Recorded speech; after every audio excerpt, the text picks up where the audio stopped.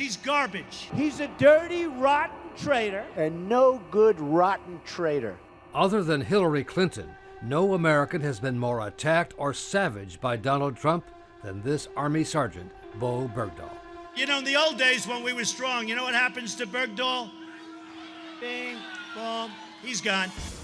After walking off his post in Afghanistan, Bergdahl was captured and held captive by the Taliban for 5 years. My name is Bowe Bergdahl. Before being turned over in this dramatic moment.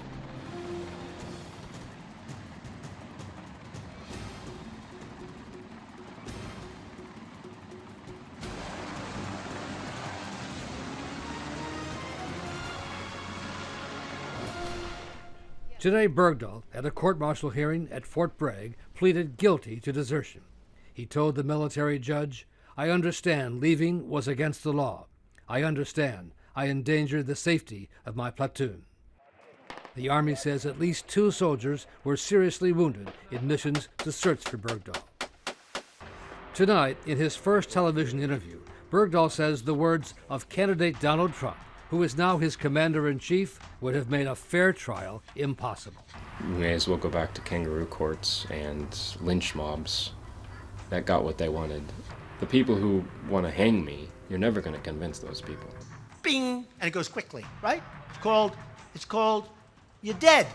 The people who are to the point of saying, yeah, just shoot them, you can never convince those people to change their minds. And it hurts, though. It does hurt. Bergdahl, talking in a small shed where he spends a lot of time, described how he survived his 5 years in captivity to Sean Lagan, a British filmmaker who himself was held captive by the same Taliban group.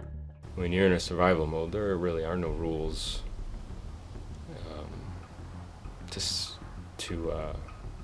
you know, when it comes to drinking urine, when it comes to, you know, eating food that has been thrown in the dirt that you know is basically mixed with feces. There's no rules to surviving. This is a Fox News alert. And Bergdahl scoffs at reports that emerged on Fox News and elsewhere that he was well treated and had actually joined up with the Taliban. Sergeant Bowe Bergdahl was said to have declared himself a, quote, mujahid, or warrior for Islam. It's insulting. It's very insulting, that the idea that they think I did that. In fact, says Bergdahl, he twice tried to escape from the Taliban compound where he was held somewhere in Pakistan. It was getting so bad that I was literally looking at myself, you know, looking at my joints, looking at my ribs, and I was going, I'm just going to die here from sickness, or, you know, I can die escaping. You know, it didn't really matter. He says in one escape attempt, he was on the run for several days before being caught and then put in a cage like an animal. It's a cage that was welded together. It's about 7 foot long by about 6 foot wide and about maybe 6 feet by 1 inch tall. And how long were you in that cage for? 2nd, 3rd, 4th, and into the 5th year. The military official who debriefs former U.S. captives says Bergdahl was horribly treated and tortured. When they recaptured him and brought him back, the next day they spread-eagled and secured him to a metal bed frame. While he was shackled to this metal bed frame in a spread-eagle position, they took a plastic pipe, I imagine it was like a plumbing pipe, and they started beating his feet and his legs repeatedly with this plastic pipe. Later they moved to using a copper cable. The idea was to just beat him and injure his legs and his feet so that he could not walk away again. As all of this was happening, Bergdahl's plight was being monitored at the Pentagon by the head of the Defense Intelligence Agency.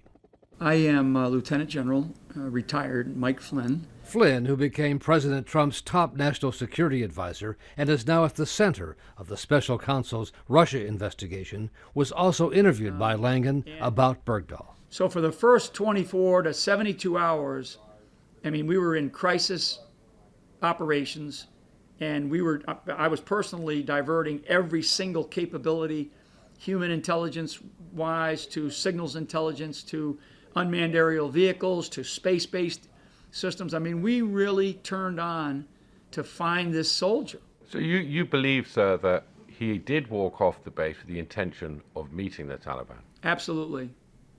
Absolutely. Bergdahl disputes that he ever planned to join the Taliban, claiming in the Serial podcast that he walked off post in an attempt to report that his platoon commander was a bad leader. He was out of control from what I could see. He was unfit for what he was doing. A military judge found Bergdahl's observations about his commander to be unreasonable and incorrect. Whatever Bergdahl's reasons for deserting, President Obama said they were not a factor in the U.S. efforts to gain his freedom. The United States of America does not ever leave our men and women in uniform behind. A team of U.S. Special Forces carried out the operation in a remote area of Pakistan. Bergdahl says he was too overcome with emotion to even cry. The 5 years I was dealing with, it was like it's a pain that goes beyond anything that it's like so overwhelming. Crying doesn't do anything. It's like it gets stuck. But to gain his freedom, the Obama administration agreed to release 5 Taliban prisoners from Guantanamo, a decision harshly criticized during the election campaign. We get a no-good traitor, and they get the 5 people that they wanted for years, and those people are now back on the battlefield trying to kill us. Now that Bergdahl has pleaded guilty to desertion, a military judge will decide next week what his punishment should be, including the possibility of prison. Bergdahl has his defenders. You couldn't ask for a better soldier in captivity than what Bowe Bergdahl did. He continued to fight the enemy. He continued to resist. He escaped within weeks of his initial capture. He's escaping and trying to get away from them. And some who believe he did act dishonorably still think Bergdahl has suffered enough, including General Flynn. I don't think that he should serve another day in any sort of confinement or jail or anything like that. Because frankly, even though he put himself into this situation, we, the United States government, put him in Afghanistan. For Nightline, Brian Ross, ABC News, New York. Hi everyone, George Stephanopoulos here. Thanks for checking out the ABC News YouTube channel. If you'd like to get more videos, show highlights, and watch live event coverage, click on the right over here to subscribe to our channel, and don't forget to download the ABC News app for breaking news alerts. Thanks for watching.